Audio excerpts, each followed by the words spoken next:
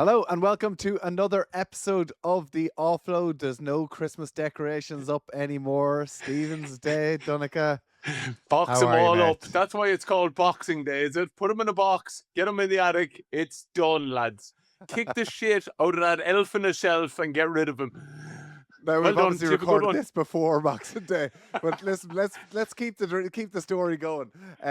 Listen, how are you? All good? All's great. All's great, Tommy. Crazy YouTube. period, isn't it? It's wild. It certainly is wild. But yeah, it's good fun. And do you know what? It's good to be around people as well. Especially, I know this sounds nuts, right? But I actually think having something to look forward to this time of the year is vital. Christmas has a pivotal role in just breaking the grind of the darkness for Yeah, me, you know? yeah. I Well, was, when I was in Lapland, I was wondering how the hell did they live how with do they that? do it? Like, I mean, Yeah. what 3-4 hours of sunlight a day? It's since like the grey gets me down. I'm not gonna lie, it does get me down at this time of year. So, yeah, Christmas was class. There's hope, Tommy. Listen to this. So they're saying, and in the northern hemisphere, the shortest day is normally on December the 21st or occasionally the 22nd. So we've gone through our shortest day. So like we're out the back end now. Every day we go away from it, it's going to start getting a little bit brighter, isn't it? Do you remember doing fitness tests and there would always be, say, 5 sets of something or 6 sets of something? I would always get to the halfway one and go, right, you're on like you're always the second one and probably the midpoint one are always the toughest ones. But then you're on the downhill after that. Well, I hated and still do someone saying halfway because in my head, right, I'm there. I'm in pain now, and this is only half the pain that's coming. If you know what I mean, I'd Oh, rather right. hear you've broke the back. Oh, right. The other side of halfway. Yeah, I'd rather hear like kind of, you know what I mean, 2 sets left. Yeah, Yeah, yeah. It depends is who you train mental. with.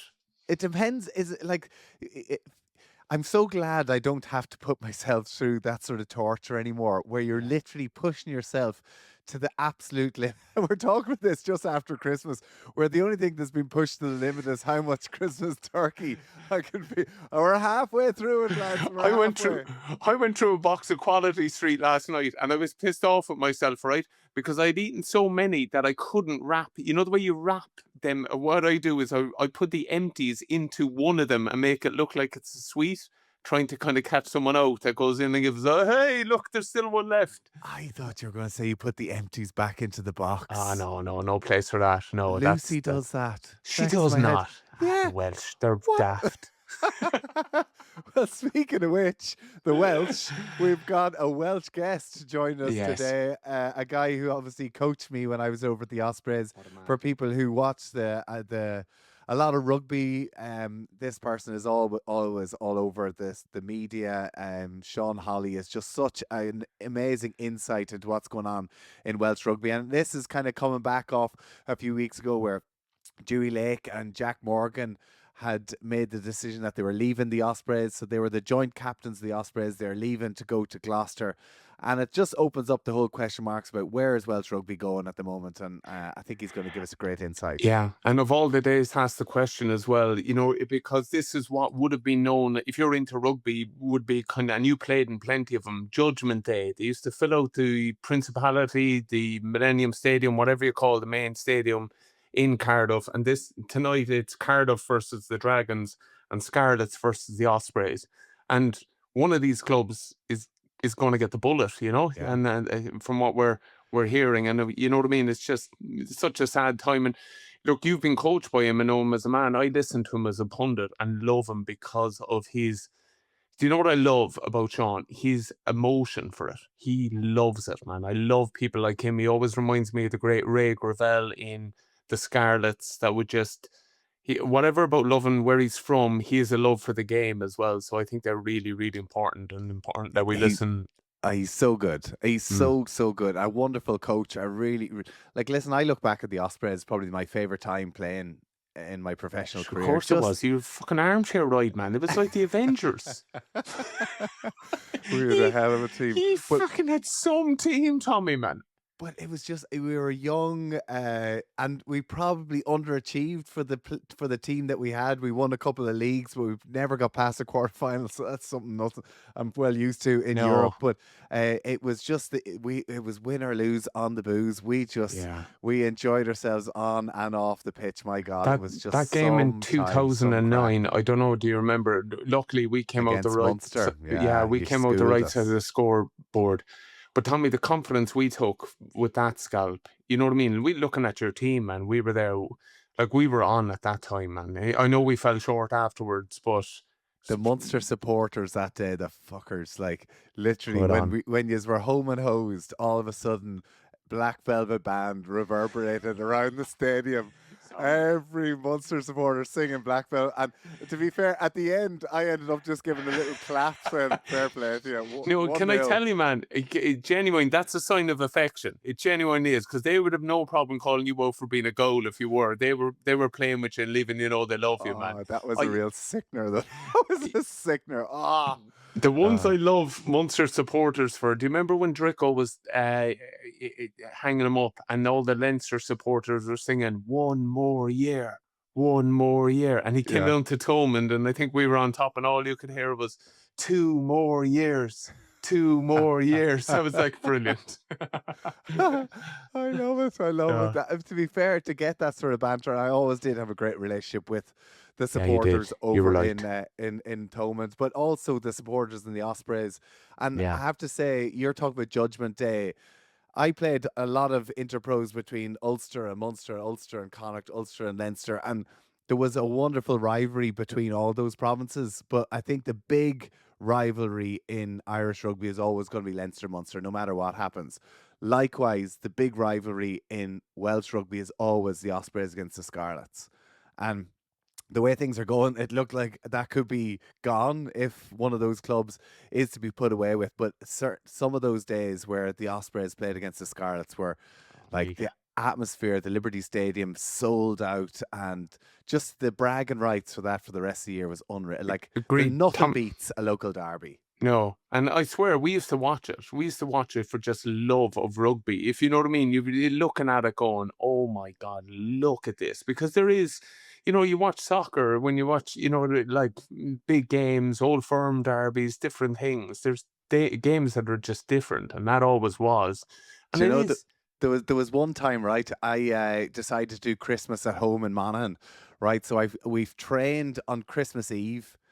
Yeah, trained on Christmas Eve. I then got a flight from Bristol Airport back to Dublin Airport. I remember driving through the night like in this little shitty Nissan Micra, and Oh, like the wind and sleet coming across, and I'm there busting it up the Santa road. beside you going, "Do you want to lift Tommy? I'm trying to play driving home Rudolph, for throw him in Christmas. the boot."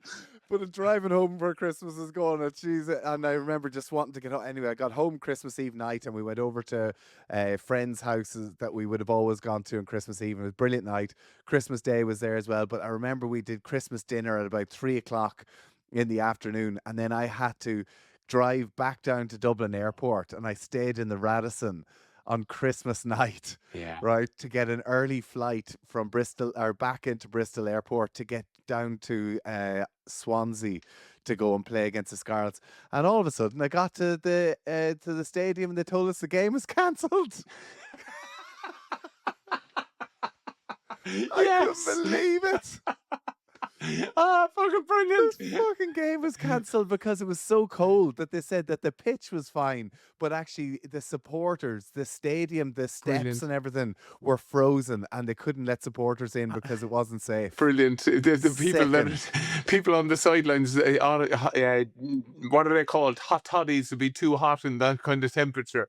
Ah, that's Honestly, brilliant. I literally staying in a hotel on Christmas night is Yeah. pretty And of bleak. Yeah. course, look, it's a privilege and stuff like that, but genuinely, it is like those ones are the ones, and there's other sports that does it as well, but like, it's not like we're talking about life changing money here as well. You know what I mean? And we're all right with it because we made the choice to do that kind of madness stuff. The one I'll never forget is my family around me. Like I remember, the night before a match, you're tetchy. Like I always found the captain's run, you're giddy, but the night before, you just start kicking into being a bit more of the kind of rugby Oh yeah. player, don't you? But I Oh, remember big time. playing You have to get into Monopoly. the mindset of it, like. Yeah, I remember having a Christmas game of Monopoly and having a massive fight with my sister-in-law Zara because she wanted to sell Shrewsbury Road to someone else for 20 quid cheaper than I was willing to give her. I was there, this is fucking bullshit.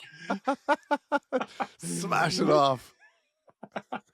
Yeah, nuts, banana stuff. Listen, bananas time. But listen, Ospreys against the Scarlets, always going to be a cracker, and I think it is Cardiff up against Dragons tonight as well, and lots of obviously Irish interpros as well. Yes, Listen, Munster, Sean Leinster, big Holley, one. a coach with the Ospreys from 2003 into 2012. I was there through a great period there as well. He then, of course, went to Bristol. He played club rugby. You listen to him on BBC 5, Scrum 5 as well over in Wales, and Premier Sport and everything else. So listen, let's get the man, the myth, the legend, the great Welsh oracle of rugby. Let's talk to Sean Holley. Sean Holley, welcome to the podcast. It's great to have you with us. How are you, Tommy mate? boy, Donna, thanks so much for having me on. I watch your stuff. I love it. I laugh at it, and eventually you've asked me on, Tommy boy. No, not at all. Honestly, the honour's all ours, Sean. Of course, you coach Tommy and your incredible rugby knowledge and incredible at it, but also your voice, Sean, away from it, just purely.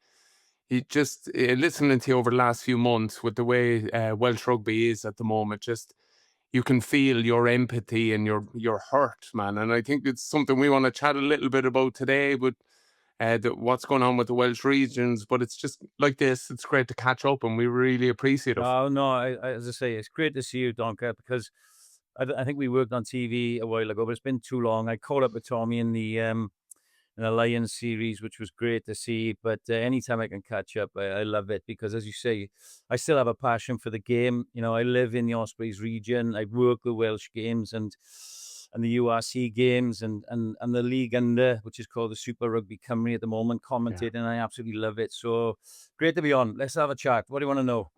Let's have a Well, I chat. want to know how's the golf going, first of all, because that's all I ever see. I mean, all this talk about rugby bullshit. You don't watch it anymore. It's golf, your business, the great days, travel, golf. I mean, are you ever off the golf course, even in this rubbish weather? You know at the what, minute? Tommy? It's the power of social media. We got a great media manager, a guy called Rob Burke. He was Welsh Student Journalist of the Year. I snapped him up. And everybody says to me, "You're always on the golf course." Basically, I go and play 4 holes. Rob films clips. You know, Get out. Is that what you do? yeah, because you know, if Amazing. you do a lot of sort of content around 3 or 4 holes on various different things, he can stretch it out to 40, 60 different clips for TikTok, Instagram. So it lasts. It looks like it's really good. It looks like I'm on the golf course. Having said that, we had our staff do last night, which is why I'm looking a little blurred. Um, and we did a thing around the table. How many golf courses have you played this year? And I've played 49 different golf courses this year. So I Wow. do play a lot of golf. Good on But you. it's great. Good on you, Sean. Well When I earned. finished coaching, like my eldest son had a tumor back in 2017. I was at Bristol Bears. That was it. I took a year off. That year has now become 7, 8 years. But I always had a passion for golf. And as you boys would know, as much as you get invited to go and play in nice tournaments by nice people, when you're in professional rugby, you have no time. You know, No, you're you a don't. coach, your days off, you're heading a laptop or you're meeting the conditioners or the medics or whatever. So, you know, when I decided then, right, that's it. I played a lot more. I joined my local club. I had a handicap of 18, and I quickly, within 3 years, I was down to single figures, and then an opportunity arose to start a golf company. I took over a different golf company, rebranded it, renamed it with a business partner of mine. We called it Great Days Golf, based it around events. And 4 years later, we're flying 5 full-time staff. We've got now Great Days Golf Travel, which I want to twist your arm, Tommy, because I want to put it. We take clients away, we staff it, take clients away, uplift our UK events, take them away. Like we're going out to Fuengirola in Spain for Oh, no better boy than Bowe for there. 40 golfers to watch the Masters on TV. I mean, how? Oh, Jesus, Amazing. Sean. I've been on those trips. I've been on those trips with you, and they didn't end up so pretty. You're a man who can. You have hollow legs. Yeah. I'm Unfortunately, I Don't don't. worry Listen, about him, Sean. I'm in. I'll carry any bag you want. I'll carry all 40. The ultimate caddy.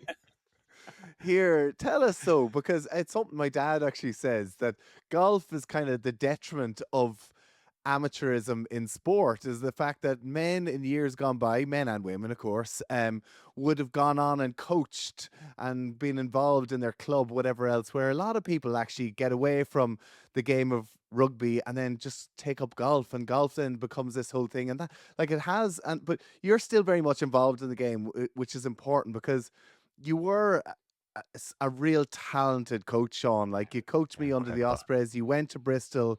You had an amazing ability to be one of the boys, but at the same time pull us into check at times. And boy, with the Ospreys, with the Galactico squad that we had at the time, they needed it. But um, you mentioned your son there and the tumor.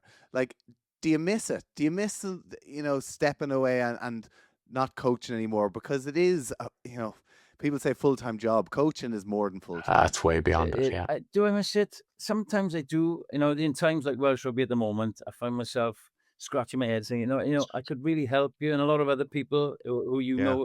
could.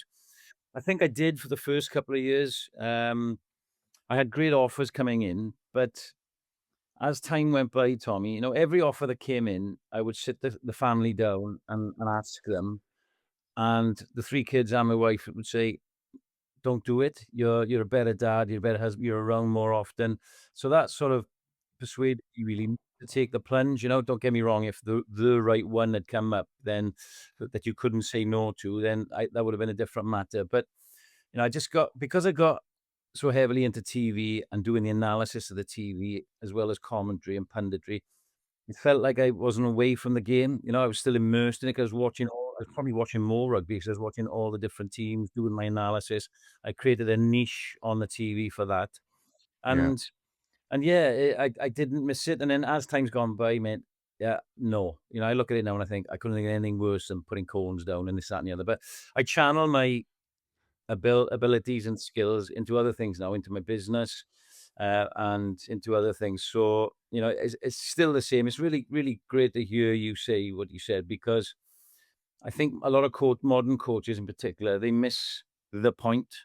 It's rugby's it's like business. It's about people. It's about each other. It's about a group. It's about a team and getting the best out of each other. And if that means going and have a beer with the boys and having a laugh, it means that. Or if it means putting you in the office and telling you to your eyes straight what you need to do, or this is why you're not picked this week and you need to do this to get picked next week, that's life. And you just got to be upfront on and be yourself. There's no point in trying to be somebody else. At the end of the day, I had to do that, Tommy, because I never had a long playing career. I never played for Wales. I had to earn the respect, and I did all my academy stuff. I was the youngest and first level 4 coach. I was the youngest regional coach when we started in 2003. Our first captain was Scott Gibbs. I'm the same age as him. Oh, wow, So I had wow. Someone's age better than the other. I had to earn people like Scott's respect, So how do you do that? Then you be normal. You give of your time. You work hard for him. What can I do for you? Did extras with him. Believe it or not, Gibbsy said he was 33. My left hand pass isn't very good, so we used to spend time working on his left hand pass, just he and I, and all of that. And I used to spend a lot of time with the kickers individually, Henson, Hook, Bigger, all these, even go back to Adrian Cashmore and Ron Connors. So you have to earn your respect, not by being somebody else, but just by giving of yourself. And stood me in good stead and gave me a great coaching career, and I wouldn't have changed anything. Every defender in World Rugby would be delighted to see Scotty Gibbs passing off his left rather than talking and carrying. I'd say they were like, buying you a point, keep working on his left-hand passing. What a man. What about that time though, Sean? Because obviously you did earn your stripes. You can't into the Ospreys. Then it was a brand new region. Under Lynn Jones was the head coach, who was a bit of a maverick as well as a coach. A good guy for you to learn against. A player who I know from Ulster before I went to the Ospreys, we used to hate coming up against your teams because it was the little sly tactics, the little things that you did. You loved to be the team that other teams hated. Yeah. What was that sort of period? And particularly, it was a real rich period for Welsh rugby, and particularly in that region, with some of the names that you had Oh, back it's then were incredible. just It mind-boggling. was amazing time, because 2003 Welsh rugby, like now, was turned upside down. Went to 5 regions then, and we were charged with what is now the Ospreys region. It was Neath, Swansea, Ospreys. So, bringing 2 clubs, Neath and Swansea, together. Aberavon and Maesteg, old traditional clubs that I played for, felt a bit ostracised. But then, it was so hard in 2003, converting the black of Neath, the white of Swansea to one team. It was amazingly tough. And, we had a squad. It was a decent squad at the start, but we had people like Gibbsy and Gareth Llewellyn who were coming to the end. We had some young players that weren't Galacticos at the time. Your Adam Jones, Duncan, Paul James, Hugh Bennett, Jonathan Thomas. Names not went on at 50, 60, 70 caps for Wales, but at the time were young players. So I was ready. I came from Gloucester. My sleeves were up. I was 32. And, right, I think what Lynn wanted was somebody to have a little bit more order and planning and analysis. Lynn is the best coach I've ever worked with. Technical, tactical genius. Donncha, you'd remember our little 100%. plays, our little. Oh, true line outs, everything. Yeah.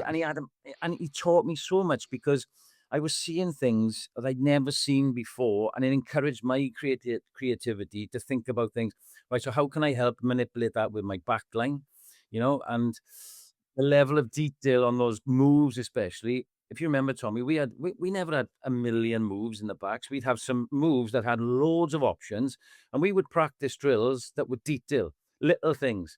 We had a play called threes, little movement, bang. So there were 3, 4 options for the 10, but I'd practice them with the boys in a fun way, and loads of little games to sort of manipulate their skills, just so they'd enjoy training. But then we'd get the detail right. And if we got time, I'd tell the story of the 2010 Magnus League final against Leinster. It was the play that we won it by. But Go on, tell us. We always Go love on, to hear we about were Leinster all up losing. for that, fella. Okay, all right. Very quickly, we'd had an old school tour to get to the final.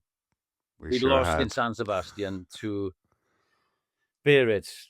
That is a different story, but we were all Heartbreaker. we had Yeah, but tough place at the time, though, lads. You've been we harsh. had them though. Yash Philly was playing, wasn't it? Harren O'Keefe was he there? Harren 3 of the scruffiest drop goals Damien Troy ever scored. And when you went 95 metres from our own scrum 5 on the line, we thought we were going to push him over, squirt. It's still raw. I love Dan Bigger, with a penalty. Clock's gone in the red. Penalty, arm out. George Clancy, who I'll never want to meet in the street ever again. So Biggs goes for a speculative drop goal, knowing we got the penalty in front of the sticks to win the game with 2 points down. And he missed the drop goal attempt, thinking, right, okay, George blew up. Yeah. George blew up for full time. I remember it. Anyway, Yeah. we're desolate. And I'm thinking, right, what do you say? Philo Titi was retiring. The only thing I could remember, I could think of, was turn to our captain, Ryan Jones. Ryan, we're down, but we can't let this great man retire on this. I've got a vision. I didn't, but I said, I've got a vision that we get to the final and I see you lifting the cup on the rostrum and you call Philo up to lift it with you, right? That's that. Anyway, we had to go to Munster, Ulster and Leinster, 3 games in a week, because we'd had a game called off early in the season. And we persuaded the board to allow us to go for the week, not fly back and forth, old school tour, to get 2 wins and 2 bonus points out of those 3 games, mind. Well, bloody hell. We beat Munster, Torment, 20,000. We went to Ulster. Tommy scores the bonus point try in front of 15,500. Rory Best need me in the back as I dove over. Yeah, even better. We got the 2 wins and 1 bonus point. We just needed a losing bonus point in Leinster then. So I've said to the boys in the hotel, boys, you'll never play for this club ever again. If I see somebody without a beer in their hand, wish I'd never had. They trashed the hotel. I had to send 6 of them home. This was on the Tuesday night in Belfast. You're joking. No, I was carnage. This was the team talk after the Ulster win, Donncha. It was like, we'd won in Munster, we'd won in Ulster. We were high on life. And Sean goes, if I don't see everyone back in the team hotel with a beer in their hand, Next thing you know, Philo TNT is dragging me out of the toilets in the nightclub in Belfast. You know? Oh, amazing. Oh Anyway, my yes, God, we- the Oh, amazing. We go to stories. Leinster, we get a losing bonus point. We beat Glasgow in the semi-final. We got Leinster away. You know, Darcy, Driscoll, they're all playing, and Tommy and we're talking, and this is what we like to do. You know, you empower the players, and Tommy, guarantee you know, we had Bigger, Hook, Andrew Bishop, Lee Byrne at fullback, Tommy and Shane. Pretty good. Mike Phillips at 9. Yeah, jeez, wow. Guarantee, right? Ego-wise, Das and Drico are coming out. They're going to smash me, Shane. They want to get Hook, Yeah. all right, and maybe Biggs. Who's the one guy they didn't? Andrew Bishop. So anyway, we had a little play, full line-up, drive at 5 meters, full back line, try and get 10 on 10. Right, here we go. And all it was Andrew Bishop short, James Hook behind, and the blindside wing just coming in between, behind, right? And we were going to call that play around about halfway, first line out, left or right side, to see if what he said is true. Unfortunately for Shane Williams, that first line out was on the left-hand side, right? The boys call the play, right? This cute fucker. Right. Honestly, we called the play, prescribed that the winger would get it, and let's see what, in particular, Darcy and Driscoll would do. So we Biggs hits Shane. Here they come, innit? Bang. Boom. They absolutely twat Shane. They smash him, right? So I get a message down to Biggs going, because I just looked at it back. He's right. We're right. It's on. Message comes back. Boys know. Tell Sean. Boys know we got it. So the next line is on the right-hand side now, Tommy's side. See? All the same play, right? Honest, we call the same play. Boys, detail. All the movement is 5 meter line out, Filsey, flat long past the Biggs, goes to the line. Here comes Andrew Bishop, Hook behind, and Tom Bowe, right? So you got Biggs, Bowie, and Hooky, right? 3, Darcy and Driscoll want to smash. Who's the one guy? Yeah. Who's the one guy they don't want to know? Andrew Bishop. Bishop on the lead, yeah. Goes bang, hits Bish on a line, through he goes, right? All Tommy has to do is get past O'Driscoll, who's trying to kill him. Gives What's all this? All I have to do. That's all very you have to hard do, work Tommy. now. Don't ruin the fucking story now, Tommy. you had wheels, right? So guess on O'Driscoll, of course, so Bish has got a 2v1. Was it Rob Carney or it might have been Rob, I think. Yeah, Carnes. 2v1, Carnes, bang, yeah. bang, Tommy's over. And on those fine margins, big games are won. Yeah. So yeah, we did them. Thanks for that, Bowie. Similar game, similar one was Lee Byrne's try just after that as well. But listen, I always remember that game because it was 2010. Leinster had won the European Cup and they were coming back home to win the Pro 12 Double, or Rabo, yeah. whatever the hell it was, the double. They had the banners out ready to rock, and the Ospreys came to town, and of course we did It's one fun over for the them. Munster fan. That was a sweet. That was a sweet day. That was a sweet day. But it brings us to present time then, Sean, because the success that you got to achieve with that Ospreys team, you talked about this started in 2003, the big upheaval back then to turn Welsh regions into 5 regions, and you know the lengths that people had to go to, the fights that people had to fight to establish 4 strong regions. And listen, there's no doubt about it. We all probably agree that something has to change in Welsh rugby at the minute because it's not working. But it does look like the writing is on the wall for the Ospreys at the moment. Sadly.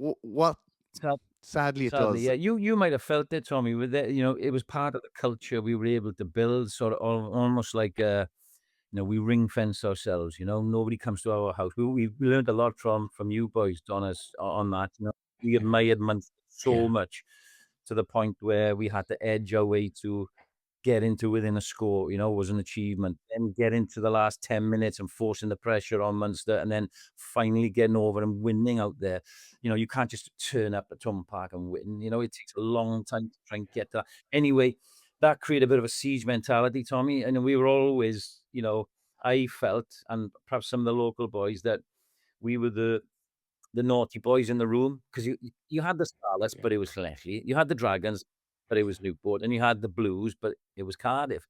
So we were, and we played on. We wanted to become the one true region, and we still are, and I still call us we, and I'm sure you do, Tommy. We still feel that we are Ospreys, and unfortunately, probably through no fault of their own, they find themselves in that position again, and it's gonna, if it does happen, and it, with Jack Morgan and Dewi Lake going, hang on, there's no smoke without fire. Then you are taking away a hotbed of rugby, not just in Swansea, but in Neath, Bridgend, which we embraced during that time because of the demise of the Warriors, up the Maesteg, up the Trinity Valley, up the Neath Valley and Swansea Valley. There's so many great players that have come from there, and great clubs that we're going to lose a couple of generations of fans, because that's what we had to do. We had to create a fan base and a brand for a new generation, which has become another generation who only now know the Ospreys. And so it's really sad. There's a bit of anger down here and uncertainty, because the communication from the governing body has been poor. Nobody still doesn't know, although we can read between the lines. It's quite devastating, really. And to think of all the work that all of us put in as well, Tommy. A lot of people put work in, hearts and minds, that all that's thrown away. The most successful region in Welsh rugby since it was created. Sean, it is very hard, like you said there, because you know what I mean, all the unbelievable work that's gone into it as well. But just, I suppose, as the main union, they gotta call it sometimes, don't they? And I think this is what's been the most frustrating thing for me on the outside of it: the lack of clear leadership. Sometimes it was 2 regions, now it's back to 3. We'll come back to you in time which one it is. You're there like, fucking show the way here, please. Just, I understand there's a lot of moving parts, but when when you lead, you gotta. You've got to, and that's been the most frustrating thing, Donners, is the poor communication and leadership. And a lot of people in Wales, I go and speak around the clubs. We do Q&As and so on. And the feeling is that they don't get represented, they don't get consulted, they feel that the people at the top of the game are not the right people, and their investment in the game isn't right. They don't understand the culture of the people and the culture of Welsh rugby, and I do empathise with that. There is a bit of that. I realise there's business, and I realise there has to be cuts, but there's a way of doing it as well. So you can't be half pregnant. I think you've just got to communicate it, go out, say it, right, let's get on with it, but have a plan behind it. A lot of the things that are mooted at the moment, there's no structure or plans in it. The biggest problem, I believe, in Welsh rugby is its demise in the schools. It's not played in as many schools unless you're privileged to go to a rugby playing school, or you have a rugby family. Take Dan Edwards, or the young 10, played with my boy since 8-year-old, right? He was with Glamorgan Cricket. He's a talented soccer player. Cardiff City were after him, and obviously talented rugby player. If he didn't have a rugby man family on both his father and mother's side, and he went to a rugby playing school, Ystalyfera, where Lynn Jones went, if he didn't have one of those or both of those, he could quite easily now be playing soccer, because all our best boys, 500 of our best boys aged 6, 7, 8 are with Swansea City, Cardiff City and Newport Academy. We wonder why we haven't got any 10s, right? Because all our best players are playing football up to the age of 12. So if you don't go to a rugby playing school, then you've had it. We've lost them. And then there still isn't then anything at the age of 11 or 12 in enough schools to start picking them up and nurturing them. So our game is potentially dying. And we're not going to be able to compete with people. So it's a real worry. And why are the schools? Why are there less schools playing rugby? Well, I'm 55 now, right? So you think, when I went to school, traditional comprehensive school, my PE teacher was a guy called John Bevan, the late John Bevan. There's one that played for Wales now, but there's another John Bevan. He's passed away. Played for Wales at outside half and the Lions. He was the coach of Wales when we were in school. He was the national coach. And every other school, probably 2 out of 3 schools, had a PE master that was a rugby player. Now, if you go into a school, the PE master probably does Ironman or mountain bike. Or high rocks. Or golf. Yeah. So their choices are greater, Tommy, and society's different. We've got no role models at the moment, The last ones probably were Alan Wynne and Biggs and Lee Halfpenny and those guys. They're And Jack Morgan, who There now you will go. be And leaving. Dowie, like that's the thing, isn't it? Losing the most important people, the role models to look up to. But Sean, also the worry that you know the professional game as well. And when there's blood in the water, you know, if you look vulnerable, like everyone's like we're chatting about what we would have called Judgment Day and you know, taking on the Scarlets and stuff like that. But also agents will be looking to get their talent probably out of a place if they feel it's vulnerable. Absolutely right, mate. You think now, so go back to the role model thing. If you're a young 7 or a young hooker or a young winger, Lewis Rees-Zammit, right? You know, if you're a 16-year-old and they're your role models, they probably have 3 best players, 3 role models. You're thinking, well, they've gone to Gloucester. Well, I'm going to go to Hartpury College then and study there and try and play for Gloucester. Or I'm going to go to Filton College and try and play for Bristol Bears. You know, and you're right in what you say, because it's not just those players plus your Thomas Williams. Agents and English clubs are looking at the tier below. You know, the guys, your middle ground sort of players, they're still international. Rhys Davies, second row, right? Bath might be looking at him and say, you know, Dan Edwards, the 10. You know, obviously first pick 10 at the moment. They'd be looking at him. They're looking at them all. You know, of course they are. It's Sean, it's the thing I feel with Bath. Now we see their success, right? But Bath probably had a checkbook when all those other clubs were going to the wall. So they were able to pick up all the talent from London Irish, Wasps, Worcester. And then your club player gets better, which now, of course, they've added with the likes of Finn Russell, but it just makes you so powerful. Yeah, it does. And it's not just the Premiership. You mentioned Worcester. Worcester are back on the up. They come in.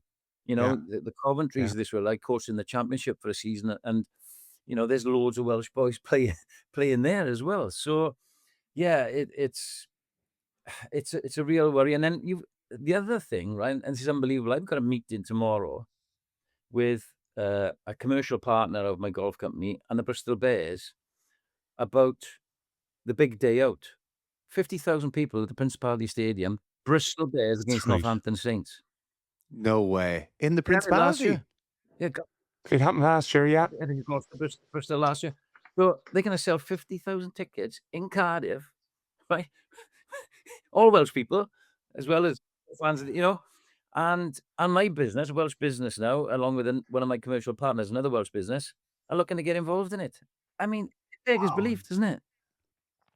And then you It's have, of bananas. course, Judgment Day, or what was Judgment Day, of course, It's Cardiff all right. up We can against the take that coming Dragons. in the summer. We're okay. We got to take that. And Lewis.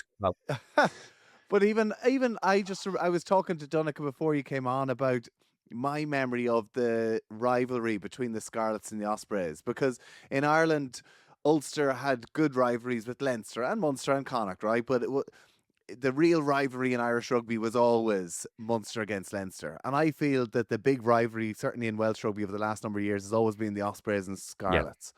Now, to think that one of those could potentially be gone is heartbreaking. But even it doesn't feel, I don't know, am I right? Maybe I'm too far on the outside, but it doesn't feel that the rivalry is the same, or it's getting the same buy-in from the supporters. I think you might be right. I'm commentating on Boxing Day at the Scarlets Ospreys game. I'll get a feel for it then. But certainly when you were playing, Tommy, we sold out 20,000 on Boxing Day. Rivalry. I think the diehards are still there, but they're dwindling. Yeah. They're dwindling and losing faith because of everything we've talked about. So, Of course. you know, there's an apathy to go and watch now. And if you've got losing sides as well, I think we will get a turnout on Boxing Day. But anywhere around the 8,000 mark nowadays in a Welsh regional game, and you're doing well. And you think it's not that long ago, you know, when you were playing.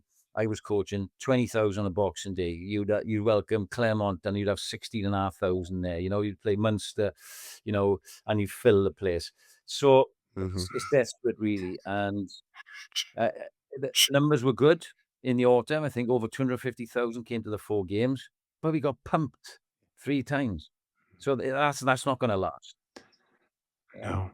But Sean, just on that, is that a rugby problem? If you would have looked at the last round of European Cup games there, you're seeing a lot of empty stadiums. Like, have we got the product wrong as well? Is there a greater problem? Like, take your Welsh hat off now, but it's like looking at the game in general, are we, by diluting these competitions like Europe, like the URC a little bit, Have we gone a little bit too far? I totally agree with you, mate. I put my Welsh hat back on because Yeah, yeah, from the Welsh side, from Welsh supporters' point of view, you struggle with kick-off times. For an example, the Ospreys fans don't know whether they're playing on a Friday night, a Saturday night, a Sunday, because they're lower rated now. The TV companies put them, like we had one game on a Sunday for Wales because our world ranking was so poor. You know, we only went on a Saturday because we were playing the All Blacks in South Africa.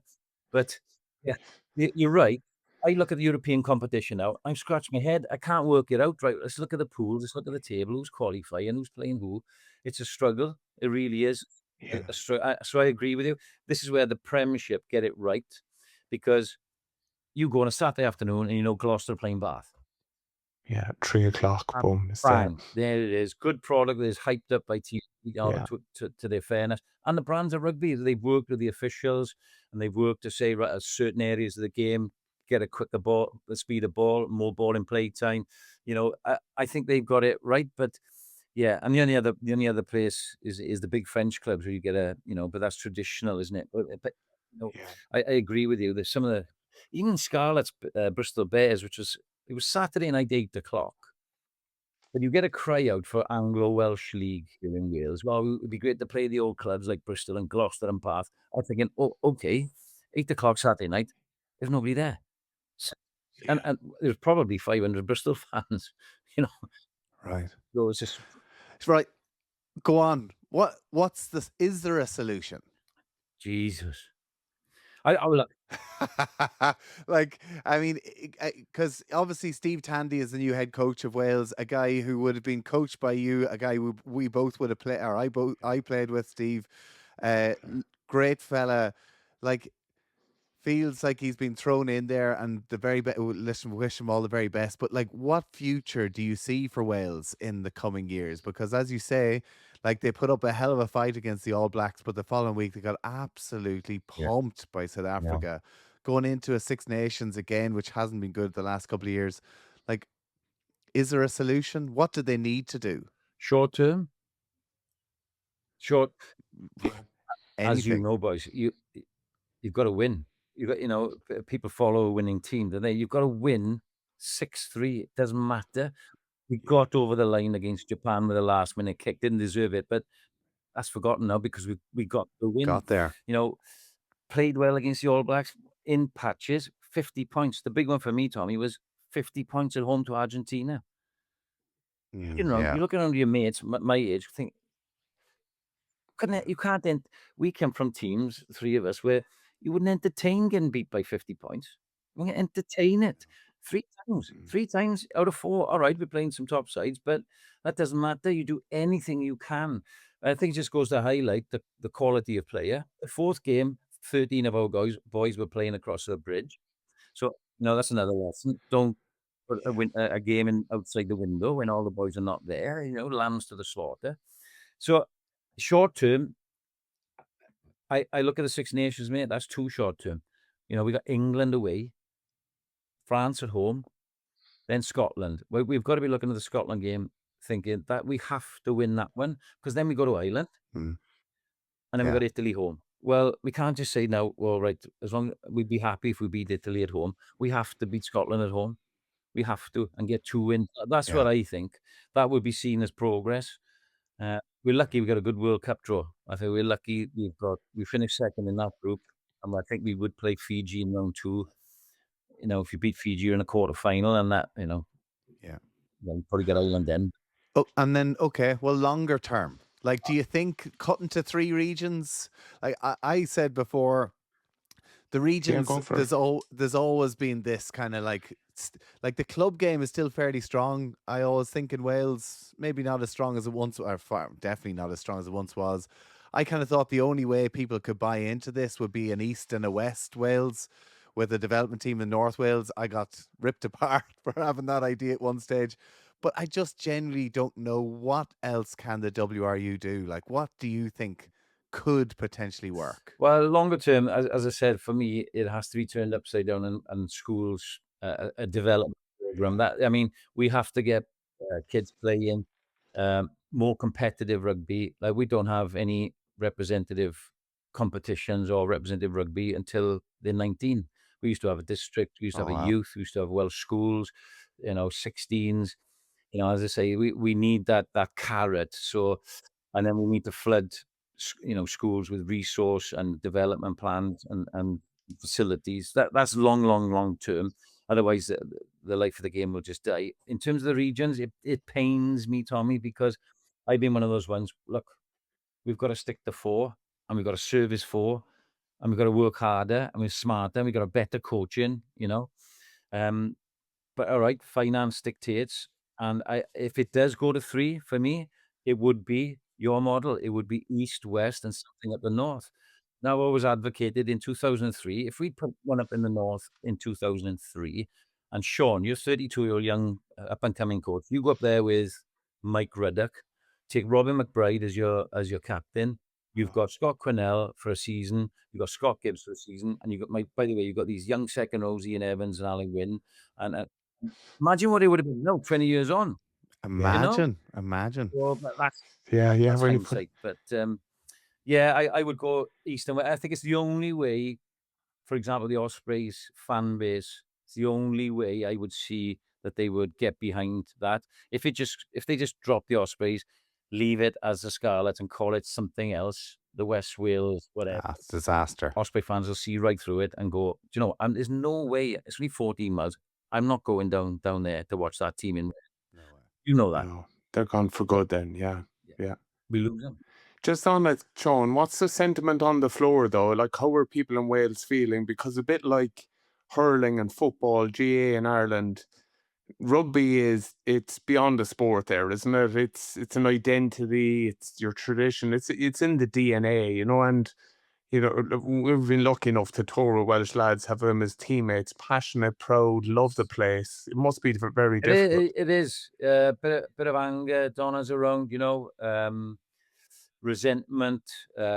Everyone's against the WRU. They blame the WRU, but at the end of the day, the clubs themselves, the local clubs, they have to have some responsibility in this as well. They have votes, they have a voice. So when it comes to an EGM, let's call an EGM and iron things out. It's very difficult the way it's structured now with a corporate echelon. But the mood is that. But ironically, and I'm noticing this, a lot of the people, particularly around my sort of age, are going back to their local club to watch rugby. Yeah. So some of those local clubs are starting to thrive again. It's just funny how it works, isn't it? Amazing. Love that. Well, and listen, that's the grassroots where the good green shoots could come from as well. And listen, we, like myself and Donncha, we've went on the Lions. I, of course, played for the Ospreys for 4 years. Like, some of the best mates in the game are over there. Some great times. You need a strong Wales. Ireland, Scotland, England, they need a strong Wales. Need it. They really Agreed, totally. And Really just do. even for crack and fun. You know what I mean? Like, just the only time Old we school resented tour. you was only time we resented you when you didn't fucking vote for us for the World Cup, you fuckers. Oh, let's not be bringing that in I now. would have been doing Jesus, that. we'll be getting in serious I was trouble. nearly with you. Look, I was nearly with you. We mentioned him off air in 2008, I think it was, or 8 it might have been. Axel asked me to go Oh, be yeah. his attack. What a man. To go to Munster? Yeah. Whoa. Yeah. No, You Sean. should Wow. never have any You regret. dodged a bullet there. You didn't, man. Fuck, we would have I loved you. just became head coach of the Ospreys, and do you know what? It's like going to Man United, isn't it? It's like, and I said to my wife, I said, this isn't going to come up again. I've just been made head coach of the Ospreys, my home. And look, we went on to do great things, but sometimes I lay in bed and I think, God rest his soul. Shit, imagine that. I love it. I love the ruthlessness of him as well, for not only knowing, we constantly went at it, but him knowing that if he had you in his corner, it's even better. Wow, beautiful. I remember the phone call to this day vividly, and so there we are. Shouldn't have any regret. I'll let you know that. Hey, Yeah, true. that meant the Munster would have MFL mates for life instead of the Who would have Ospreys, been Munster Sean. for life? So Munster for life. I'll be introducing you to my mate. those fuckers of that anyway. Listen, Sean, I'm over your neck of the woods very shortly. So listen, we must catch up, whether it be for a game of golf or a pint or just a cup of coffee. I'd It'd be love great to. to It's a see bit you wet again. here at the moment, mate. So I don't know if it'd be golf, but certainly a coffee. It'd be great to see you, but Yeah. Listen, you're a great insight in the game always. It's brilliant to get an idea of what life is like over in Wales. And listen, it's a bit bleak, but fingers crossed there will be a way out of this because, as you say, Ireland, England, Scotland, Six Nations needs a strong Wales. Yeah, absolutely. You're not hurting on your own there, Sean. We're all thinking of you and roaring for you and wishing you well. And thanks so much for joining us, and keep going. You're a beaut. boys, really appreciate it. Keep doing what you're doing. I love it. Right, proud of you both. Thanks for having me on. There you have it. Right, that's it for another episode of The Offload. We'll catch up with you again next week. Sean Holley, thank you.